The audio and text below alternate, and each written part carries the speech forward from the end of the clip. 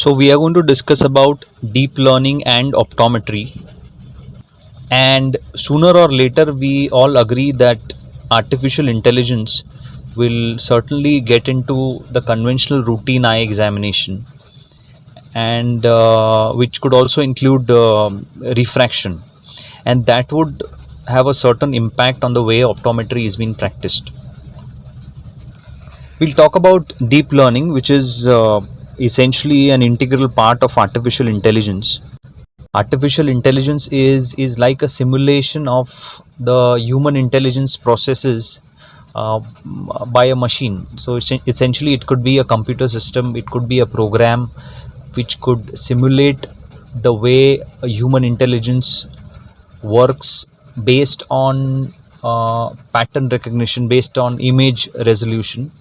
So we have witnessed that the use of artificial intelligence in medical diagnostics has changed the way medical diagnostics have been conventionally performed.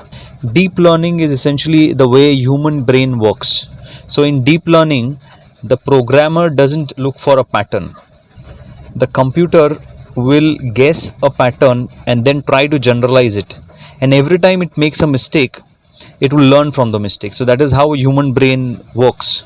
So the computer improves on its own performance.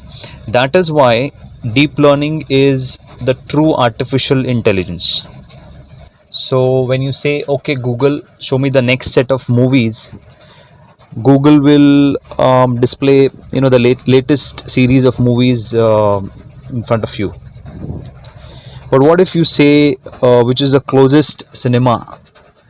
It will not display the same set of movies. It may display certain addresses of a cinema hall in front of you.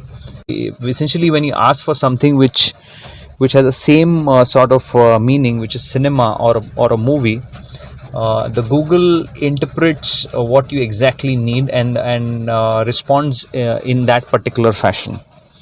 So that is how deep learning and artificial intelligence is working. For another example, it would be, the best example would be Google Maps. The way the Google Map system works is nothing less than a human brain functions, and that is where we find that artificial intelligence is playing a huge role in the way things have been practiced. And a similar analogy is being applied to ophthalmology, and essentially deep learning algorithms requires a huge data set to identify and recognize the pattern, to generalize them, and then to give you a diagnostic of a particular eye condition.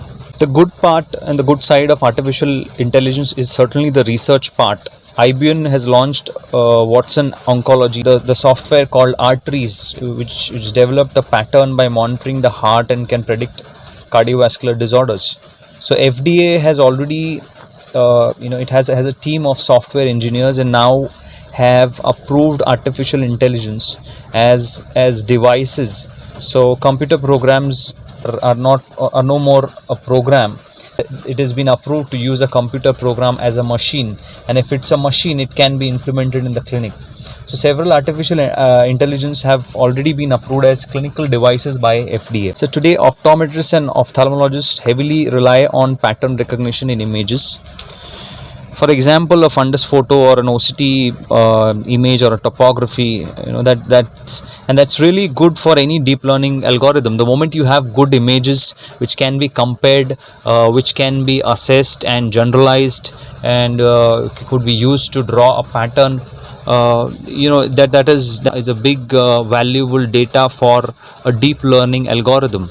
And the moment you feed the deep learning algorithm with a quality data which can be